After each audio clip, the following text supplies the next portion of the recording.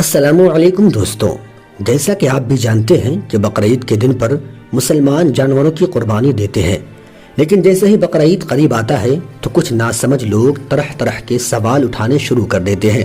وہ کہتے ہیں کہ مسلمان بقرعید کیوں مناتے ہیں، بے زبان کی قربانی کیوں دیتے ہیں، اس کے پیچھے کی وجہ کیا ہے اور قربانی کا آغاز کب سے ہوا، یہ کن کی سنت ہے۔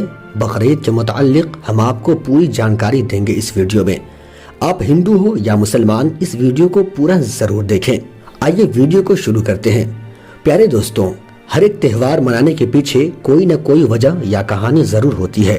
اسی طرح سے بقرعید منانے اور قربانی دینے کے پیچھے بھی اسلام میں ایک واقعہ ہے۔ اللہ رب العزت اپنے محبوب بندوں پیغمبروں سے بہت محبت کرتا ہے اور ان کا امتحان بھی وقت وقت پر لیتا رہتا ہے۔ اسی طرح سے ایک بار حضرت ابراہیم علیہ السلام کا بھی امتحان لیا گیا۔ ہزاروں سال پہلے کی بات ہے کہ ایک روز حضرت ابراہیم علیہ السلام نے خواب میں دیکھا کہ اللہ تعالی آپ سے فرما رہے ہیں کہ اے ابراہیم، آپ اپنی سب سے پیاری اور محبوب چیز کو میری راہ میں قربان کرو، اور اس بات کا خاص دھیان رہے کہ نبیوں اور پیغمبروں کا خواب کبھی بھی جھوٹا نہیں ہوتا۔ ابراہیم علیہ السلام کو یہ خواب آنے کے بعد آپ نے یہ فیصلہ کیا کہ اللہ کی راہ میں 100 اونٹ میں قربان کروں گا، اور صبح 100 اونٹ قربان کیے۔ پھر دوسرے دن رات میں ابراہیم علیہ السلام نے پھر وہی خواب دیکھا کہ اللہ پاک آپ سے فرما رہا ہے کہ اے ابراہیم، اپنی پیاری اور عزیز چیز ہماری راہ میں قربان کرو۔ تو پھر دوسرے دن حضرت ابراہیم علیہ السلام نے 200 اونٹوں کی قربانی کر دی۔ تیسری رات بھی یہی خواب آیا کہ آپ اپنی پیاری اور عزیز چیز ہماری راہ میں قربان کرو۔ یہ سن کر آپ علیہ السلام سوچنے لگے کہ میرے لیے سب سے پیاری اور عزیز چیز تو میرا بیٹا اسماعیل ہے۔ آپ کے دل میں خیال آیا کہ اللہ تبارک و تعالی یہ تو نہیں دیکھنا چاہتا ہے کہ میں سب سے زیادہ محبت اپنے بیٹے اسماعیل سے کرتا ہوں یا خالق حقیقی سے کرتا ہوں۔ دوستو، ہم آپ کو بتاتا چلیں کہ حضرت ابراہیم علیہ السلام اور حضرت حاجرہ کا صرف ایک ہی بیٹا تھا، اور وہ بھی کافی دعاؤں اور منتوں کے بعد اللہ نے عطا کیا تھا، وہ بھی بڑھاپے کی عمر میں۔ اسی لیے حضرت ابراہیم اور حضرت حاجرہ اپنے بیٹے اسماعیل سے بڑی محبت کرتے تھے۔ مگر جیسے ہی آپ علیہ السلام نے اللہ کا یہ حکم سنا تو آپ نے یہ ارادہ کر لیا کہ وہ اپنے سب سے عزیز چیز یعنی اپنے بیٹے اسماعیل کو اللہ کی راہ میں قربان کر دیں گے۔ پھر حضرت ابراہیم علیہ السلام نے اپنی بیوی حضرت حاجرہ سے کہا، اے حاجرہ، اپنے بیٹے کو دولہے کی طرح تیار کرو، غسل دلاؤ، نئے نئے کپڑے پہناؤ، خوشبو اور عطر لگاؤ اور سربے لگاؤ، بالکل دولہے کی طرح تیار کر دو۔ آج ہم اسماعیل کو لے کر سیر و تفریح کرنے کے لیے جا رہے ہیں۔ یہ سن کر آپ کی بیوی حضرت حاجرہ رضی اللہ تعالی عنہ بہت خوش ہوئی اور خوشی خوشی حضرت اسماعیل کو تیار کر دیا۔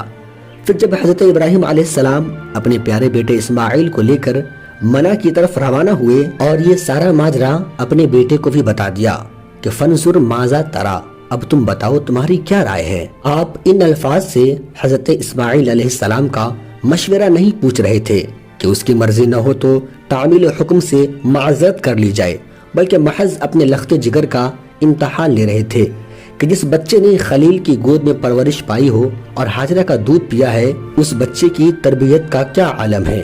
حضرت ابراہیم علیہ السلام نے حضرت اسماعیل علیہ السلام سے جب یہ خواب بیان کیا تو اسماعیل علیہ السلام نے کہا، اے میرے بزرگ باپ، حکم الہی کی تعمیل فوراً فرمائیے، باقی رہا میں تو مجھے آپ صابروں میں سے پائیں گے، اور میرے لیے اس سے بڑھ کر اور خوشی کیا ہو سکتی ہے کہ میں اللہ کی راہ میں قربان ہو رہا ہوں۔ حضرت ابراہیم علیہ السلام اسماعیل علیہ السلام کے جواب پر بہت خوش ہوئے۔ ادھر شیطان نے سوچا کہ آج تک ابراہیم علیہ السلام نے مجھے ہر قدم، آج اگر اس کا بنا بنایا کھیل بگاڑ نہ رکھ دوں تو میرا بھی نام ابلیس نہیں۔ وہ دوڑتا ہوا آپ کے گھر پہنچا۔ حضرت حاجرہ تشریف فرما تھی۔ پوچھا، میاں جی کہاں ہے؟ اور ننھا اسماعیل آج نظر نہیں آ رہا۔ حضرت حاجرہ رضی اللہ تعالی عنہ نے بتایا، دونوں باپ بیٹا سیر و تفریح کے لیے باہر گئے ہیں۔ کہنے لگا، نہیں تم دھوکے میں ہو، ابراہیم آج تیرے بچے کو ذبح کرنے کے لیے لے گیا ہے، دوڑو اور فوراً اپنے بچوں کو بازو سے پکڑ لو، ورنہ چند لمحوں کے بعد اس کی مردہ لاش پر آہو فغا کر رہی ہوگی۔ آپ نے فرمایا، بھلا کبھی بھی باپ اپنے بیٹے کو قتل کرتا ہے کیا؟ اور ابراہیم کو تو اپنے اس بیٹے سے بڑا پیار ہے، بہت محبت کرتے ہیں، تم جھوٹ کہہ رہے ہو، نکلو یہاں سے۔ شیطان نے کہا تم بھولی بنی بیٹھی ہو، وہ آج ضرور تیرے بچے کو ذبح کر دے گا کیونکہ اس کے رب نے اسے یہ حکم دیا ہے۔ ہاجرہ رضی اللہ تعالی عنہ نے جواب دیا اگر رب کریم کا حکم ہے تو مجھے کوئی اعتراض نہیں، ہزاروں اسماعیل ہو تو بھی میں اللہ کی راہ میں خوشی خوشی قربان کر دوں۔ پھر شیطان وہاں سے بھاگتا ہوا حضرت اسماعیل علیہ السلام کے پاس پہنچا، وہاں بھی شیطان کو اسی طرح کا جواب ملا۔ پھر بھی شیطان نے ہار نہیں مانی اور ایک آخری مرتبہ حضرت ابراہیم علیہ السلام کے پاس گیا اور ابراہیم علیہ السلام سے الجھ پڑا اور کہنے لگا اے ابراہیم، تم اتنے ہوشیار ہو، اتنے عقل مند ہو، تم اپنے بچے کو ذبح کرنے کے لیے چلے ہو، یہ کہاں کی ہوش مندی ہے؟ اللہ تعالیٰ کو راضی کرنے کے لیے اور سینکڑوں طریقے ہیں۔ بڑھاپے میں ایک بچہ ملا ہے، وہ بھی اتنا حسین کہ جسے دیکھ کر چاند بھی شرما جائے، اس کو تم ذبح کرنے چلے ہو؟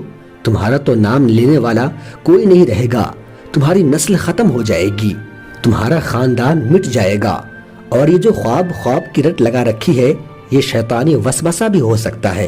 اگر اللہ تعالیٰ نے یہ حکم دینا ہوتا تو جبریل آپ کے پاس یہ حکم لے کر آتے۔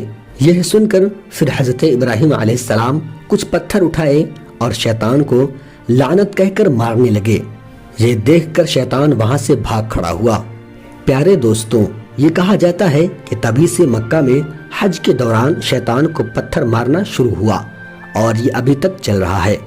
پھر حضرت ابراہیم علیہ السلام اپنے بیٹے کو ساتھ لے کر جب گوشۂ تنہائی میں پہنچے تو حضرت اسماعیل نے عرض کی کہ اے میرے بابا، میرے ہاتھ اور پاؤں رسی سے باندھ دیجئے تاکہ کہیں میں بے خبری میں ہاتھ پر ہلا بیٹھوں اور آپ پر میرے خون کے چھینٹے پڑ جائے، لہٰذا میرا منہ بھی زمین کی طرف کر دیجئے تاکہ میرا چہرہ دیکھ کر آپ کو ترس نہ آ جائے اور آپ اپنی آنکھوں پر پٹی باندھ لیجئے۔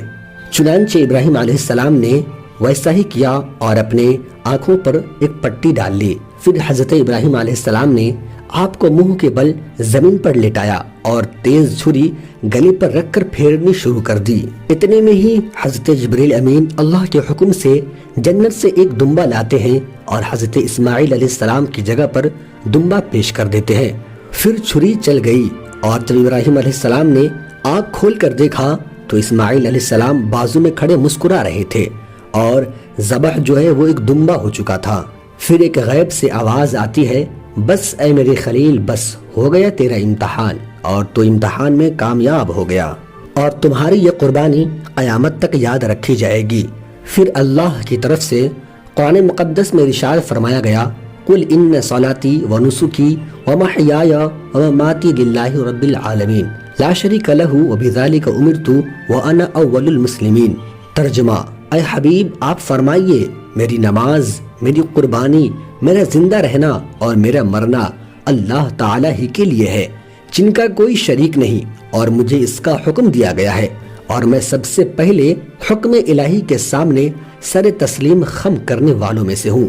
10ویں ذی الحجہ کو سنت ابراہیمی کے مطابق عمل کرتے ہوئے قربانی کا مخصوص جانور ذبح کیا جائے اور اس سنت پر عمل پیرا ہونے کا حکم امت محمدیہ علیہ السلام کو بھی دیا گیا ہے۔ جو لوگ صاحب نصاب ہیں ان پر قربانی واجب ہے، اور یاد رکھیں قربانی کے گوشت کو 3 حصوں میں تقسیم کیا جاتا ہے۔ پہلا حصہ غریب اور مسکینوں میں تقسیم کیا جاتا ہے اور دوسرا حصہ رشتہ داروں میں اور تیسرا حصہ خود اپنے گھر میں رکھا جاتا ہے۔ دوستوں، اگر یہ ویڈیو اچھی لگی ہو تو ویڈیو کو اپنے دوستوں اور رشتہ داروں میں شیئر ضرور کریں۔ آج کی اس ویڈیو میں اتنا ہی، پھر ملتے ہیں نیکسٹ ویڈیو۔